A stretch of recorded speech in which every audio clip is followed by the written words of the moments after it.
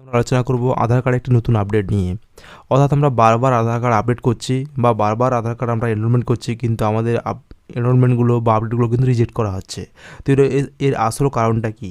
তো ইউআইডিআই আধার কার্ড সংস্থা ইউআইডিআই কিন্তু ডকুমেন্টসের উপর কিন্তু নতুন তারা ডকুমেন্টস ফরম্যাট কিন্তু তারা প্রকাশ করেছে। আগে যেরকম আমরা খুব অতি সহজ ডকুমেন্টস দিয়ে কিন্তু আমরা আধার কার্ড করতে পারতাম, এখন কিন্তু অনেকগুলি ডকুমেন্টস কিন্তু তারা বাতিল করে দিয়েছে এবং নতুন আপডেটে তারা কিন্তু বলে দিয়েছে যে কোন কোন ডকুমেন্টস দিলে আপনি আধার কার্ড এনরোলমেন্ট করতে পারবেন।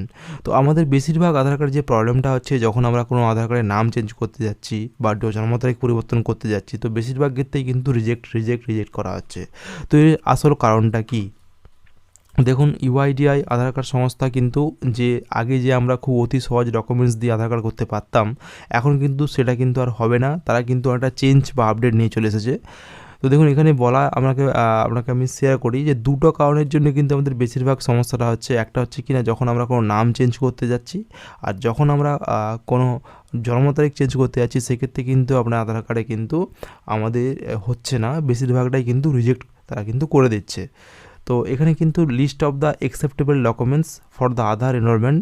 তো এখানে কিন্তু আপনাদের সঙ্গে আমি শেয়ার করব যে কোন ডকুমেন্টসগুলো সাপোর্টিং ডকুমেন্টস দিলে আপনার আধার কার্ডটা কিন্তু মানে চান্স থাকছে যে বেটার হওয়ার বা 100% হওয়ার চান্স থাকছে, যে জেনারেট হবে, একদম নন জেনারেট হবে না।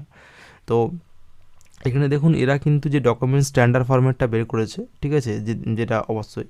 তো এটা কী বলা হচ্ছে, এটা দুটো ফ্রাসে ভাগ করা যায়। একটা হচ্ছে এনরোলমেন্ট টাইপ 1 আর একটা এনরোলমেন্ট টাইপ 2।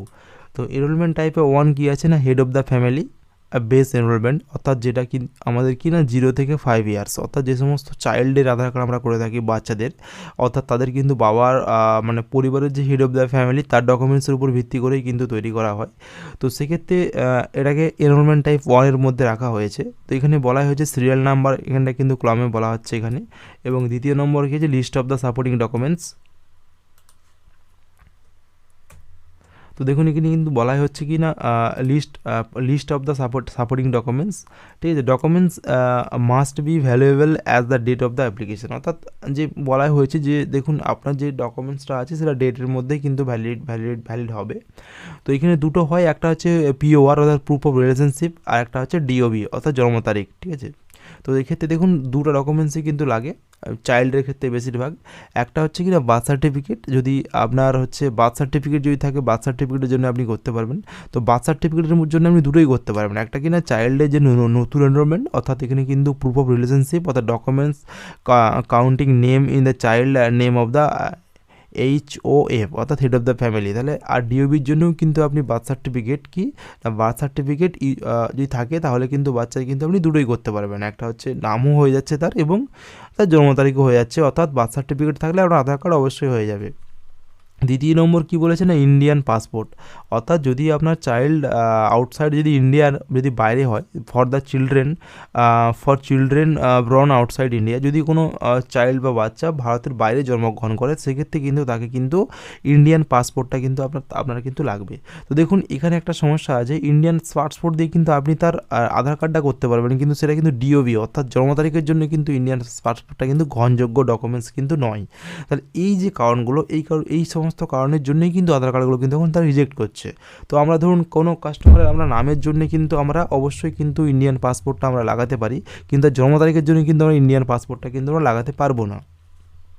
তৃতীয় নম্বরে বলা হচ্ছে যে passport of the Nepal, Bhutan আর Bangladesh national in case passport is not available, অর্থাৎ যদি নেপাল ভুটানে যদি পাসপোর্ট অনেক সময় অ্যাভেলেবেল থাকে না, তো below of the mention documents are submitted, তো সেখানে যে নেপাল বা নেপালিজম বা ভুটানিজদের যে সিটিজেনশিপ সার্টিফিকেট, আমাদের যেমন আধার কার্ড বা আমাদের ভোটার কার্ড আছে ভারতের, ইন্ডিয়ার, তো সেটা তাদের একটা সিটিজেনশিপ সার্টিফিকেট লাগবে। আর limited valid photo identity certificate issue by the Nepalese mission বা Bhutanese mission in the India stay for the 182 days, অর্থাৎ সেটা তাদের একটা সিস্টেম থাকছে, যে সিস্টেমের মধ্যে তারা কিন্তু তাদের একটা দেশের তারা একটা কোনো ভালো সিটিজেনশিপ সার্টিফিকেট দিবে বা ভালো কোনো একটা ফটো ভ্যালিড আইডেন্টিফিকেশান দিবে, যাতে করে তারা কিন্তু আধার কার্ডটা করতে পারবে। তো দেখুন, সেই আধার কার্ডটাও কিন্তু আপনার জন্ম তারিখের জন্য কিন্তু গ্রহণযোগ্য হবে না।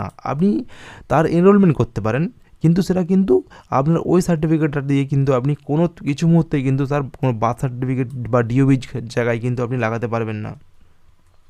তো এবার আমরা চলে আসি type of the two documents, অর্থাৎ কি না ডকুমেন্টস বেস এনরোলমেন্ট। তো এবার আমরা যাব এনরোলমেন্ট টাইপ 2, এটা কি ডকুমেন্টস বেস এনরোলমেন্ট, অর্থাৎ এটা কিন্তু আপনাদের দেখুন বলা হচ্ছে list of the acceptable supporting documents for the Aadhaar enrolment above 5 years, অর্থাৎ কি এনরোলমেন্ট 2-এ আপনার রাখা হচ্ছে যারা 5 বছরের বেশি বয়স তাদের ক্ষেত্রে কিন্তু। তো এক্ষেত্রে কিন্তু প্রথমেই বলা হচ্ছে কি না ইন্ডিয়ান পাসপোর্ট। তো যদি আপনার ইন্ডিয়ান পাসপোর্ট থাকে তাহলে আপনি কী করতে পারবেন না প্রুফ অফ আইডেন্টিটির ক্ষেত্রেও ব্যবহার করতে পারবেন, প্রুফ অফ অ্যাড্রেসের জন্যও কিন্তু আপনি ব্যবহার করতে পারবেন, এবং পিওআর অর্থাৎ প্রুফ অফ রিলেশনশিপের জন্যও কিন্তু আপনি ব্যবহার করতে পারবেন, ডিওবি ডেট অফ বার্থ এর জন্যও কিন্তু আপনি ব্যবহার করতে পারবেন। তো দেখুন যদি আপনার ইন্ডিয়ান পাসপোর্ট থাকে তো ইন্ডিয়ান পাসপোর্ট সাপোর্টিং ডকুমেন্টস হিসেবে ব্যবহার করে আপনি সবই করতে পারছেন, নাম চেঞ্জ করতে পারছেন, হ্যাঁ, জন্ম তারিখের জায়গায় আপনি গ্রহণযোগ্য বলে করা হচ্ছে, এবং এছাড়াও প্রুফ অফ আইডেন্টিটি এবং প্রুফ অফ অ্যাড্রেসের জায়গাও কিন্তু আপনি ব্যবহার করতে পারছেন। এবার ধরুন অনেকে প্যান কার্ড, তো প্যান কার্ডটা আপনি কোন কোন ক্ষেত্রে ব্যবহার করতে পারবেন? দেখুন প্যান কার্ডটা আপনি কিন্তু প্রুফ অফ আইডেন্টিটির জন্য ব্যবহার করতে পারবেন, আর এটা দেখুন প্যান কার্ডটা কেবলমাত্র প্রুফ অফ আইডেন্টিটি, অর্থাৎ এটা কিন্তু প্রুফ অফ অ্যাড্রেসের জন্য হচ্ছে না, এবং অর্থাৎ আপনি কোথায় বসবাসকারী সেই বসবাসকারীর জন্য কিন্তু আপনি প্যান কার্ড ব্যবহার করতে পারবেন না। আপনি আপনার আইডেন্টি কার্ডের হিসেবে কিন্তু প্যান কার্ডটা ব্যবহার করতে পারবেন, এবং জন্ম তারিখ আর নাম চেঞ্জের জন্য কিন্তু এই তো অবশ্যই হবেই না, প্যান কার্ড কিন্তু এখানে ক্রস চিহ্ন দিয়েই দেওয়া হয়েছে।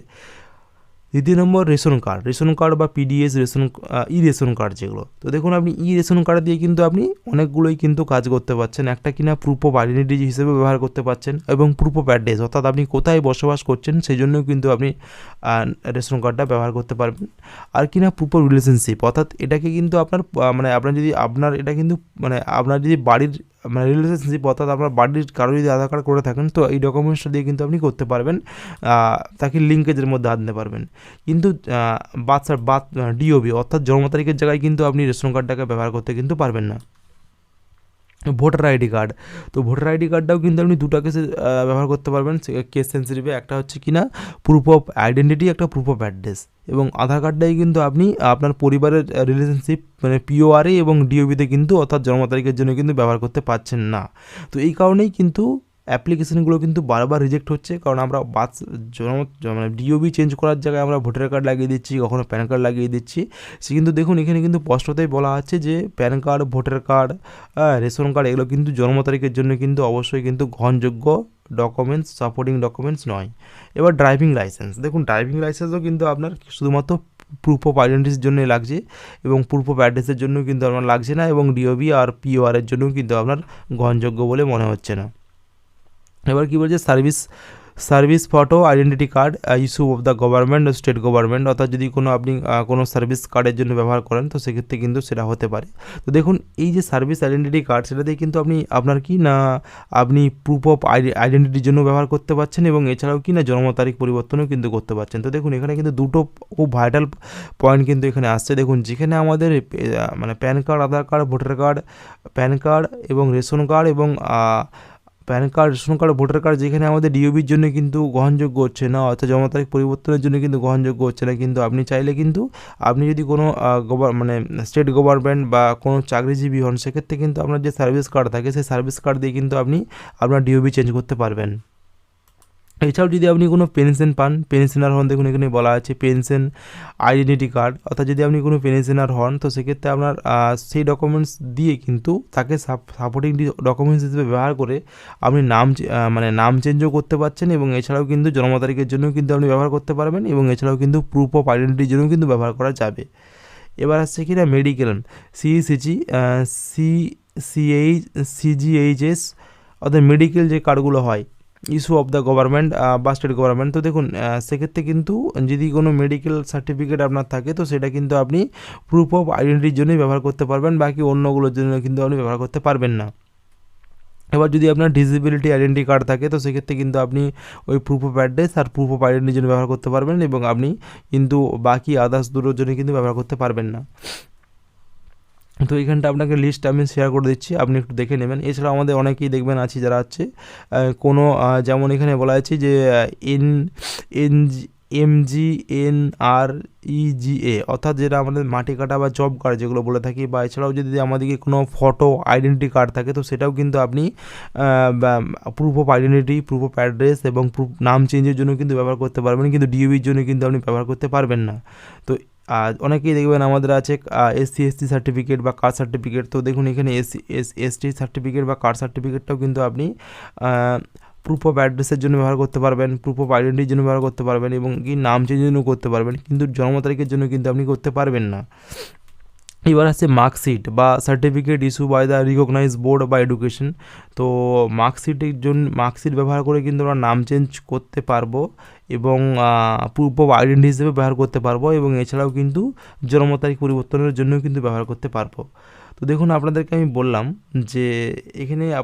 বললাম যে কোন কোন ডকুমেন্টস ব্যবহার করে কিন্তু আপনি নাম চেঞ্জ করতে পারবেন। তো এই লিস্টটা আপনি গুগলেও পেয়ে যাবেন আশা করি, এবং এছাড়া আপনাকে ভিডিও ডিসক্রিপশানে আপনাকে লিস্টটা আমি দিয়ে দেবো। তো মেন যেটা কারণ আপনাকে আমি বোঝানোর চেষ্টা করলাম সেটা হচ্ছে কি না, যদি আপনার জন্ম তারিখ, বেশিরভাগ আধার কার্ড কিন্তু রিজেক্ট হচ্ছে জন্ম তারিখের জন্যে। তো যখনই আপনি ডিওবির জন্য ব্যবহার করছেন, তো ডিওবির জন্য ব্যবহার করতে গেলে কিন্তু আপনাকে অবশ্যই একটি গ্রহণযোগ্য সাপোর্টিং ডকুমেন্টস ব্যবহার করতে হবে। তো আপনাকে মোটামুটি আমি একটা আন্দাজ বলে দিয়েছি যে কোন ডকুমেন্টসগুলো লাগবে, এবং এছাড়াও যদি আপনার বার্থ সার্টিফিকেট থাকে, যেটা খুব যদি বার্থ সার্টিফিকেট থাকে তো সেক্ষেত্রেও কিন্তু আপনি ডিওবির জন্য ব্যবহার করতে পারবেন এবং নাম চেঞ্জের জন্য ব্যবহার করতে পারবেন। তো আপনাকে আমরা অনেকেই যে ভুলটা করে দিচ্ছি, দেখুন যখনই আমরা সাপোর্টিং ডকুমেন্টস হিসেবে যখন আমরা ভোটার কার্ড কিংবা রেশন কার্ড কিংবা প্যান কার্ড দিচ্ছি, তখনই কিন্তু আমাদের অ্যাপ্লিকেশানটা কিন্তু রিজেক্ট হয়ে যাচ্ছে। তো আপনি অবশ্যই কিন্তু যখন আপনি কোনো নাম চেঞ্জ করবেন এবং স্পেশালি যখন জন্ম তারিখ চেঞ্জ করবেন, তখন কিন্তু তারই সাপোর্টিং ডকুমেন্টস অবশ্যই দেওয়ার চেষ্টা করুন, যাতে করে আপনার এনরোলমেন্টটা রিজেক্ট না হয় এবং আপনাকে বারবার যেন আধার কার্ড না করতে হয়। তো আপনি সবসময় চেষ্টা করবেন যখন আপনার কোনো ডিওবি চেঞ্জ বা জন্ম তারিখ চেঞ্জ করবেন, তখন একটা ভালো ডকুমেন্টস, অর্থাৎ যেগুলো আপনাকে বললাম, যেমন ধরুন বার্থ সার্টিফিকেট আপনার একটা গ্রহণযোগ্য ডকুমেন্টস হতে পারে। আবার ধরুন ইন্ডিয়ান পাসপোর্টও কিন্তু গ্রহণযোগ্য একটা ডকুমেন্টস হতে পারে। দ্বিতীয় নম্বর, যেমন আপনাকে বললাম, যদি পেনশনার হয়ে থাকেন তো পেনশনার কার্ডটা আপনার একটা হতে পারে। 4 নম্বর, দেখুন আপনি যদি কোনো সার্ভিস করে থাকেন তো সেই সার্ভিস কার্ড দিয়েও কিন্তু আপনি ডিওবি চেঞ্জ করতে পারেন। এছাড়াও কিন্তু স্কুল মার্কশিট দিয়েও কিন্তু আপনি আপনার কিন্তু ডিওবি চেঞ্জ করতে পারেন। তো এই ছিল ছোট্ট একটা ভিডিও। যদি ভিডিও ভালো লাগে অবশ্যই লাইক করুন এবং চ্যানেলটাকে সাবস্ক্রাইব করুন।